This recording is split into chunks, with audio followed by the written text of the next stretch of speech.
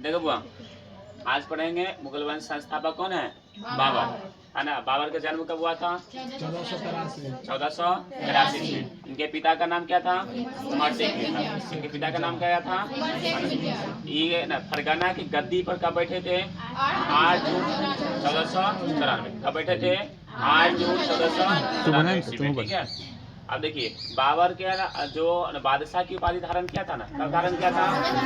कब धारण किया था? 1507 ईस्वी में, है ना। बाबर भारत पर कितने बार आक्रमण किया था? कितने बार? 5 बार आक्रमण किया था। और जो पहला आक्रमण किया था ना बाबर, कब किया था? 1519 ईस्वी में। किसके विरुद्ध किया था? यूसुफ जाई जाति के विरुद्ध। किसके विरुद्ध किया था? जाई जाति के विरुद्ध किया था। और वो अधिक मतलब जो आक्रमण किया था 1519 में, कहाँ पर अधिकार कर लिया था? बजौरा। कहाँ पर अधिकार कर लिया था? बजौरा और भेरा पर। कहाँ पर अधिकार कर लिया था? बजौरा और भेरा पर अधिकार कर लिया था। तो बाबर के कितने पुत्र हैं? 4। बाबर के कितने पुत्र हैं? 4। कितने पुत्र हैं? 4। पहला क्या नाम था? हुमायूं। दूसरा का कामरान। तीसरा का और जो चौथा क्या नाम था? अना। बाबर कितने पुत्र? 4। पहला क्या नाम था? दूसरा का, तीसरा का और चौथा का? चलिए, बाबर ने एक पद शैली की स्थापना किया था। उस पद शैली का नाम क्या था? मुगलयान पद शैली। कौन सा? मुगलयान। बाबर ने है ना मुसलमान पर से एक कर हटा दिया। उसका क्या नाम रखा था? तगमा कर से। मुसलमानों पर से एक कर हटाया था, उसका क्या नाम रखा? तगमा कर, ठीक है। और बाबर किस वंश के थे? है ना, तिमुरिद। किस वंश के थे? तिमुरिद। कौन से वंश के? बोलिए, किस वंश के? तिमुरिद वंश के। किस वंश के? अच्छा, बाबर का जो आत्मकथा है ना, उसका क्या नाम है? बाबर नामा। क्या है? बाबर नामा को फारसी भाषा में अनुवाद किसने किया था? अब्दुल रहीम खान। किसने किया था? अब्दुल रहीम खान खाना ने। किसने किया था? अब्दुल रहीम खान खाना ने किया था, ठीक है। अब बाबर नामा में 4 बाग बनाने की चर्चा की गई है। किसमें? 4 बाग बनाने की चर्चा किसमें है? किसमें है? अच्छा, 4 बाग बनाने की शुरुआत पहले किसने किया था? 4 बाग बनाने की शुरुआत किसने किया था? 4 बाग बनाने की शुरुआत किसने किया था? अकबर ने। तो बाबर के अनुयायी कौन थे?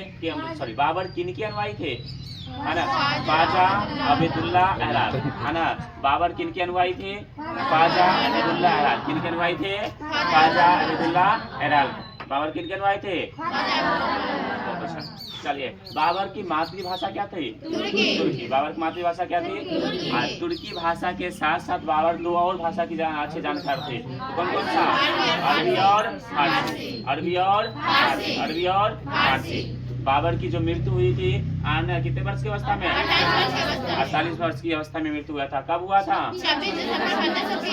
26 दिसंबर 1530 ईस्वी में। कब हुआ था? 26 दिसंबर 1530 ईस्वी में हुआ था।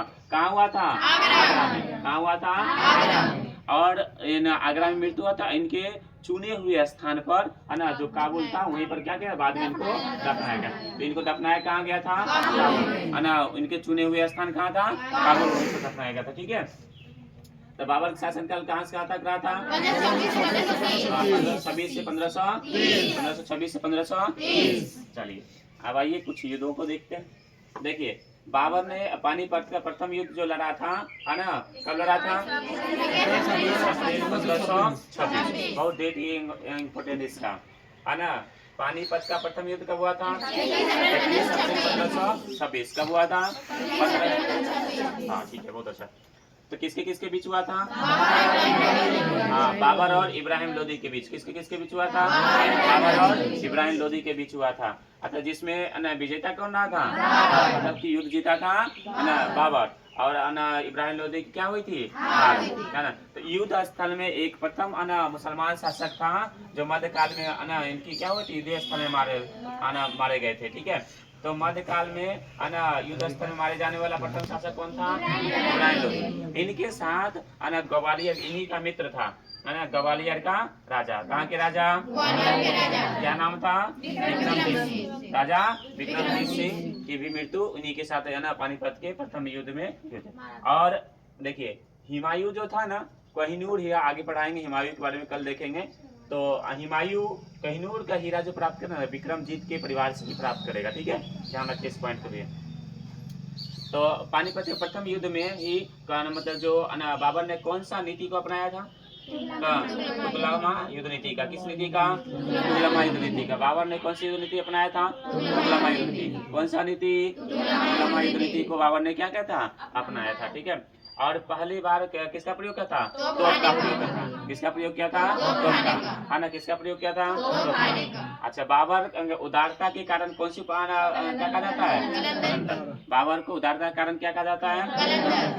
चलिए, बाबर के दो निशाने, प्रमुख निशानेबाज था, है ना। बाबर के कितने? दो। कौन कौन था? उस्ताद अली और मुस्तफा। क्या नाम था? क्या नाम था? उस्ताद अली और मुस्तफा, ठीक है। अब आइए, खानवा के युद्ध। खानवा के युद्ध कब हुआ था?